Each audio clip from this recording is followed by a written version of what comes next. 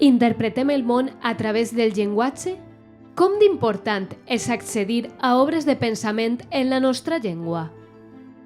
És l'any Joan Fuster. Aquest 2022 es commemoren els 100 anys del seu naixement i l'assaig en valencià travessa, tant pel que fa a la producció com a la qualitat, un bon moment. Parlem amb Carmen Pardo, editora, i amb Tobias Grimaltos, catedràtic de Filosofia de la Universitat de València. Parlem de la tria del valencià com a llengua vehicular, la importància del gènere per a la nostra cultura i també de recomanacions d'autors i autores en la nostra llengua.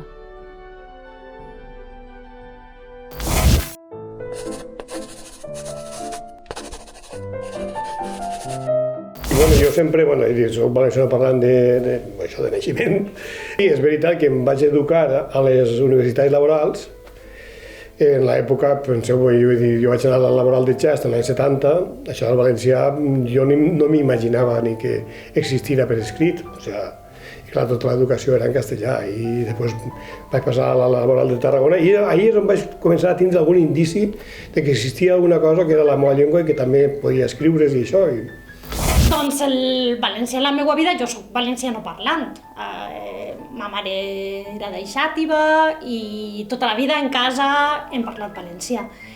Però després, en la vida professional, va haver un moment que jo vaig decidir estudiar filologia catalana, però clar, jo vull assenyalar que jo sempre he tingut feina gràcies al valencià, que el valencià ha estat fonamental en la meva vida professional perquè jo no sóc escriptora, jo he estat fins avui dia treballant en el sector editorial. Indirectament he sigut espectadora de la producció assagística valenciana i alguns llibres d'assaig també he participat en la seva edició. Fixa't el drama que és que fins als pràcticament els 40 anys jo no vaig escriure res, però el meu primer llibre va ser El jo de pensar i va ser un poc una casualitat, perquè clar, jo en castellà no era jo. En castellà era com si, no sé, un actor, i en valencià no tenia recursos, no podia.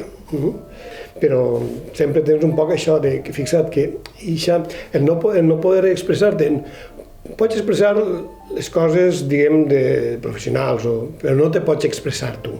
Quan són coses realment on tu t'expresses, això no podies fer, i és un drama que hem patit, sí, això és veritat.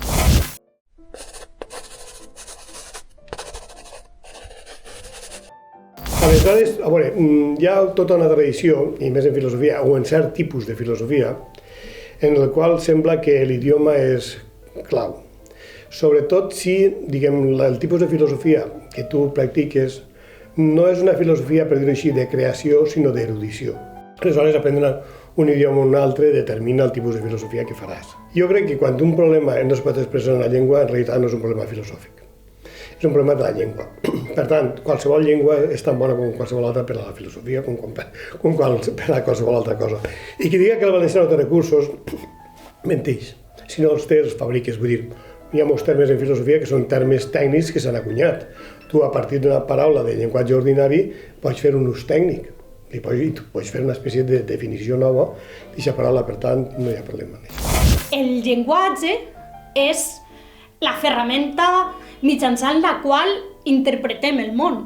Vull dir, les coses que ens envolten passen el filtre del llenguatge, creen la nostra estructura de pensament. Per exemple, jo estic llegint a Silvia Federici i m'agrada que estigui en valencià perquè el marc mental feminista meu estarà construït en valencià. Jo podré explicar les seues idees en la meva llengua i podré comprendre-la tal i com comprenc el món. Però crec que és molt important crear pensament en la nostra llengua, en la llengua amb la que nosaltres mateixos interpretem el món. És veritat que una llengua et dona una visió del món. És a dir, que depenent de la llengua que tu empres, també el teu món, quan dic el teu món, òbviament estic parlant de la teva imatge del món, és diferent. I pensa que coses tan poc importants com, per exemple, jo que pensa que a tu t'agraden les coses. En anglès les coses agraden a tu. És una tonteria, no? Però aquestes coses determinen molt la manera de pensar. Les diferents llengües serien com diferents maneres, com si feren diferents ulleres també, diferents ulleres, diferents maneres de veure el món. I per tant, això podria ser un argument en favor d'això de la riquesa, el fet de que tu domines diferents llengües, domines o no domines, però pugues parlar, hi hauria que veure com una riquesa.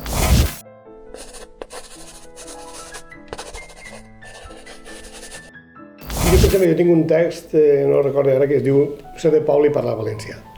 I on comenta que el fet de parlar valencià és una declaració política, perquè, i això no és bo, perquè si tu quan parles estàs mostrant més del que toca, i així a València, clar, al parlar en les S sonores t'hi miraven, no sé, t'hi miraven fins i tot malament. O sigui, sobretot si gastes paraules, diguem, allò que diuen, això no és valencià, no? Perquè no són paraules un poc cultes, doncs ja estàs, és com, tens que anar un poc triant i segons qui parles, quin registre uses, i això és un problema. Abans ens tractàveu de pueblerinos i ara ens tracteu de catalanistes, és a dir, com si fos que tu ho fas per fastidiar, no? I això s'ha d'acabar. Jo crec que tot el que fem té alguna connotació política, evidentment, però el fet que nosaltres tinguem dues llengües, que convisquem en dues llengües, això ho agreuja molt més, perquè triar una altra o les dues ens situa en un espectre ideològic, vulguem o no.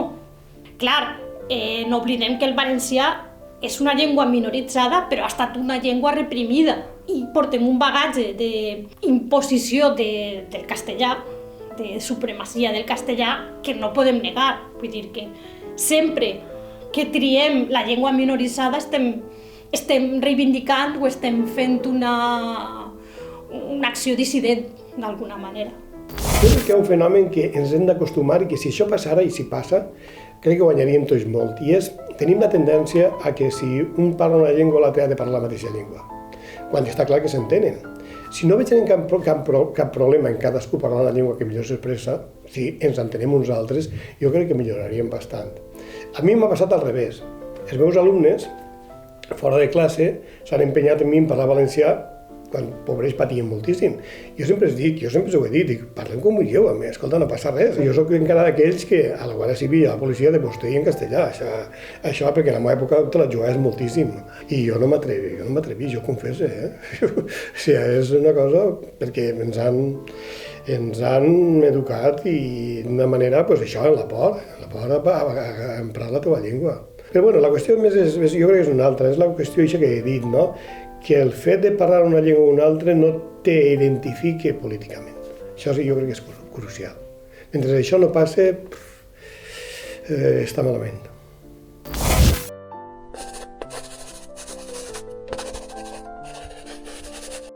Tenim molts autors i autores que fan assaig, que fan cultura i que pensen en la nostra llengua i contribueixen a aquest corpus de pensament que és nostre, que és propi.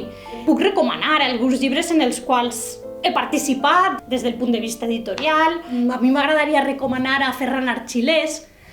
Ferran Archilés va guanyar el Premi Josep Vicent Márquez d'assaig amb 2 o 3 pintes més tard, Notes disperses, que és un dietari que està construït a base d'aforismes, de xicotetes centrades, n'hi ha alguns capítols més llargs, que parla de moltíssimes coses, de llibres, de pensadors, d'història, de política, d'una manera molt, molt assequible. Vull dir, és el llibre que te'n pots endur al bany o que pots obrir de repent i dir vaig a llegir 2 o 3 entradetes. Un altre llibre que m'agrada molt és un assaig periodístic que va publicar Vincle Editorial de Fanny Grande, que es diu Jo sóc així i això no és un problema, que parla de la transsexualitat.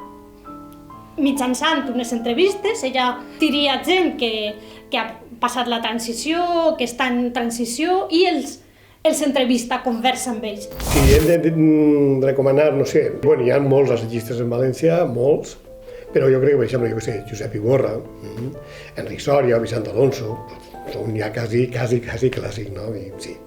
Doncs no sé, mentre parlem d'Enric Sòria, que recorda que penso que va ser el premi, no sé si va ser Ausiàs, no, el premi que en realitat era de narrativa, el Premi de Gandia, i ell va guanyar un llibre d'assaig, mentre parlem, que és una espècie de fita, no? Una espècie de punt d'inflexió.